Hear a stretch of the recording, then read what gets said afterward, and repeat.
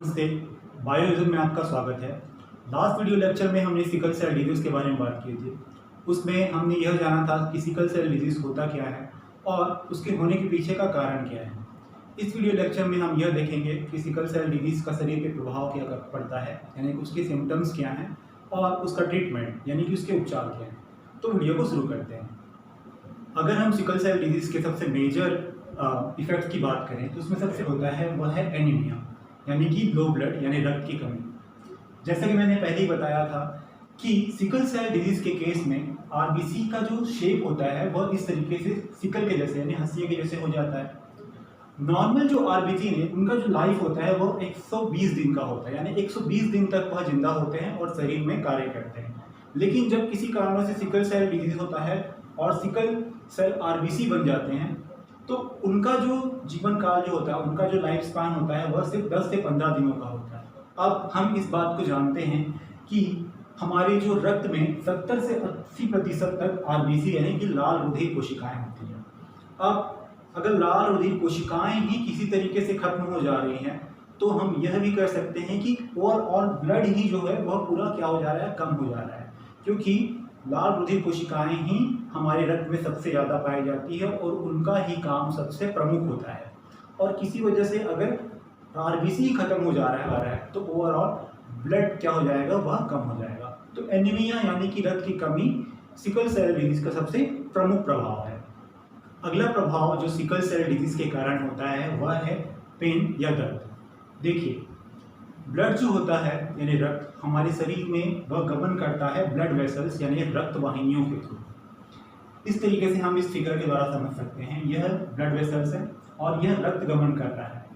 जब ब्लड में यानी रक्त में नॉर्मल आरबीसी हैं तब तो वो आसानी से ब्लड वेसल्स के थ्रू क्या करेंगी, एक जगह से दूसरी जगह ट्रेवल करेंगी, जाएंगी और दूसरे जो ऑर्गन्स हैं और जो सिस्टम है उनको प्रॉपर ब्लड और न्यूट्रिएंट सप्लाई करेंगे। लेकिन क्या होता है, जब कभी भी सिकल सेल आरबीसी वाला कंडीशन आ जाता है तो ये जो सिकल सेल आरबीसीज जो होते हैं इनका तो काम ही है एक जगह इकट्ठा हो जाना, तो ये ब्लड वेसल्स में भी जा करके इस तरीके से क्लम्प्ड हो जाते हैं। ब्लड वेसल्स जो है उनको ब्लॉक कर देते हैं, जाम कर देते हैं। इसके कारण क्या होता है, रक्त आगे नहीं पहुंच पाता। अब रक्त आगे नहीं पहुंच पा रहा है किसी अंग में या किसी भी सिस्टम पे हमारे शरीर के अंदर बॉडी में, तो क्या हो जाता है, वहां पे रक्त की कमी हो जाती है। यानी हम यह भी कर सकते हैं कि ऑक्सीजन और न्यूट्रिएंट्स की कमी हो जाती है।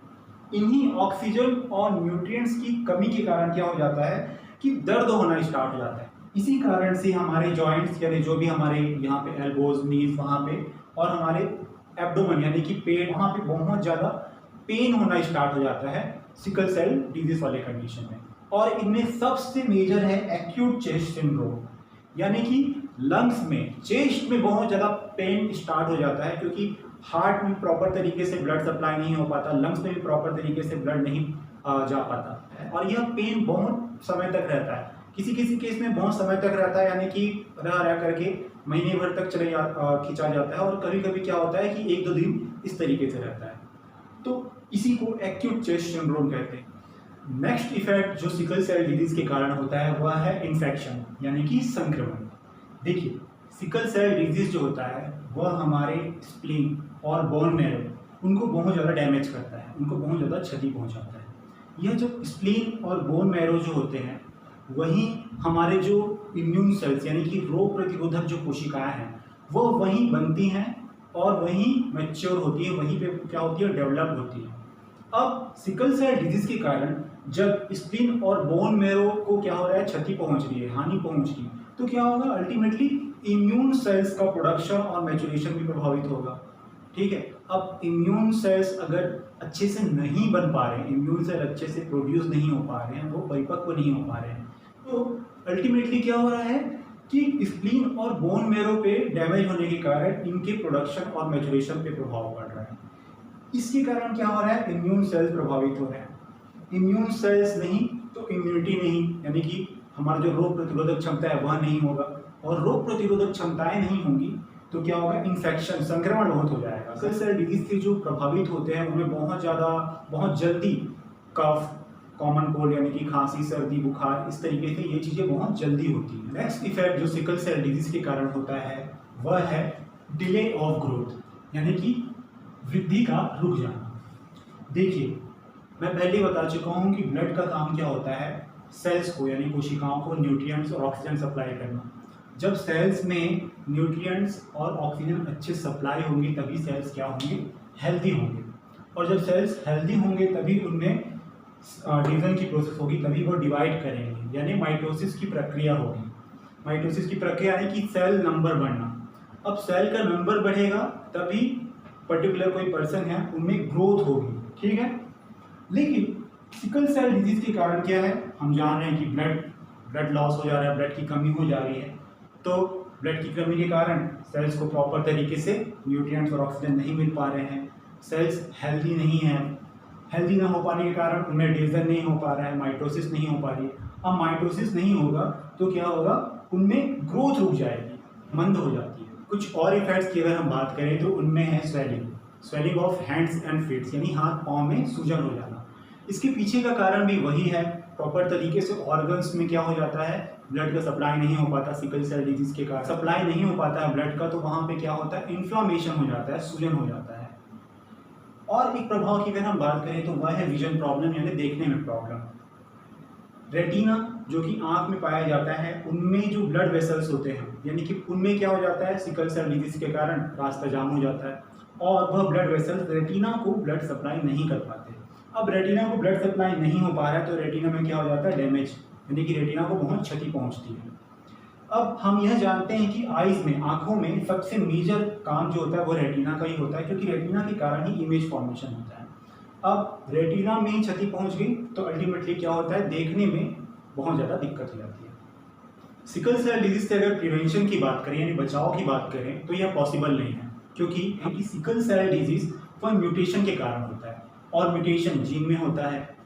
अब जीन के अंदर जाकर के उस म्यूटेशन को रोका तो नहीं जा सकता, और इस सिकल सेल डिजीज के होने का हमें पूर्वानुमान भी नहीं होता, क्योंकि आफ्टर बर्थ ही यह पता चलता है कि सिकल सेल डिजीज है या नहीं। तो इसका कोई प्रिवेंशन नहीं है, इससे बचा नहीं जा सकता।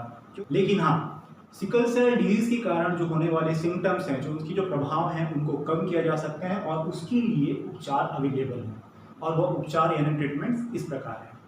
अगर ट्रीटमेंट्स या उपचार की बात करें तो सिकल सेल डिजीज के कारण होने वाला जो ब्लड लॉस यानी कि रक्त की कमी है, उसका यह उपचार है कि हम ब्लड ट्रांसफ्यूजन कर सकते हैं। ब्लड ट्रांसफ्यूजन यानी कि खून चढ़ाना, और इसके लिए फोलिक एसिड सप्लीमेंट्स ले सकते हैं। फोलिक एसिड जो सप्लीमेंट होता है वो बेसिकली क्या होता है, आयरन सप्लीमेंट होता है। ब्लड लॉस के कारण आयरन की कमी हो जाती है हीमोग्लोबिन म्यूटेशन के कारण, तो फोलिक एसिड सप्लीमेंट्स क्या करता है, उसकी पूर्ति करता है। फिर इसके कारण होने वाले पेन और स्वेलिंग यानी दर्द और जो सूजन है, उसके लिए भी मेडिसिन अवेलेबल है। जैसे कि दर्द के लिए हाइड्रोक्सीकार्बामाइड और हाइड्रोक्सी यूरिया ऐसे ड्रग्स या मेडिसिन दिए जाते हैं सिकल सेल डिजीज के पेन के कारण, पेन के लिए। और स्वेलिंग के लिए आइबुप्रोफेन और एस्पिरिन जैसे ड्रग्स दिए जाते हैं जो कि स्वेलिंग्स को कम करते हैं, इन्फ्लामेशन को कम करते हैं। फिर सिकल सेल डिजीज के कारण जो इन्फेक्शन होता है, चाहे वो माइक्रोबियल इन्फेक्शन हो या वायरल इन्फेक्शन हो, कुछ भी, तो उसके लिए क्या है, एंटीबायोटिक और वैक्सीन दिए जाते हैं। एंटीबायोटिक क्या करता है, माइक्रो ऑर्गेनिज्म जो होते हैं उनको खत्म करता है, और वैक्सीन जो होता है वह उनसे लड़ने के लिए रोग प्रतिरोधक कोशिकाओं को, मेमोरी सेल्स को और बी सेल्स को बनाने का काम करता है। सिकल सेल डिजीज के सबसे इफेक्टिव ट्रीटमेंट की बात की जाए तो उनमें होता है बोन मैरो ट्रांसप्लांट या स्टेम सेल ट्रांसप्लांट। ट्रांसप्लांट एक ऐसी प्रोसेस है जिसमें किसी भी ऑर्गन, किसी भी सेल्स या किसी भी टाइप्स के टिश्यू का एक व्यक्ति से दूसरे व्यक्ति में स्थानांतरण किया जाता है, ठीक है।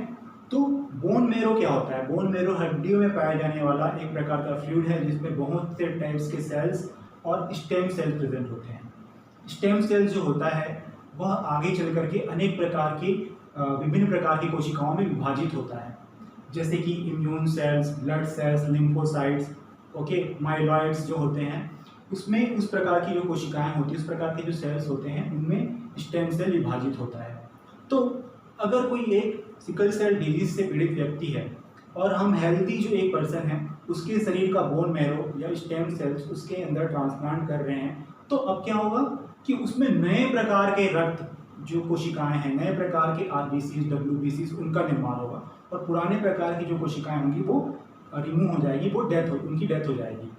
तो इस प्रकार से इस ट्रीटमेंट को, यह जो प्रोसेस है उसको सिकल सेल डिजीज़ के ट्रीटमेंट के लिए यूज़ किया जाता है। लेकिन इसके भी अपने एक कॉम्प्लिकेशंस है, जैसे कि जब हम एक व्यक्ति का दूसरे व्यक्ति के इसमें ट्रांसफ़र कर रहे हैं तो इम्यून रिजेक्शन होने के, यानी कि चीज़ों के कैंसर होने के, ख़त्म होने के चांसेस ज़्यादा हैं, क्योंकि इम्यून रिस्पॉन्स भी होता है जब दो अलग अलग प्रकार के व्यक्तियों के बीच में कुछ चीज़ ट्रांसफ़र किया जाता है। और साथ ही साथ इसमें रिस्क फैक्टर भी होता है। तो वैसे तो यह एक इफेक्टिव ट्रीटमेंट है, लेकिन इसके भी अपने कुछ दोष हैं, इसके भी अपने कुछ कॉम्प्लिकेशंस हैं। सिकल सेल डिजीज़ की वीडियो लेक्चर में इतना ही। आई होप आपको दोनों पार्ट समझ में आए होंगे। अगर वीडियो आपको अच्छा लगा है तो वीडियो को लाइक, शेयर और सब्सक्राइब कीजिए जिनको भी ज़रूरत हो इसकी। और मिलते हैं नेक्स्ट वीडियो लेक्चर में किसी नए टॉपिक के साथ। Thank you.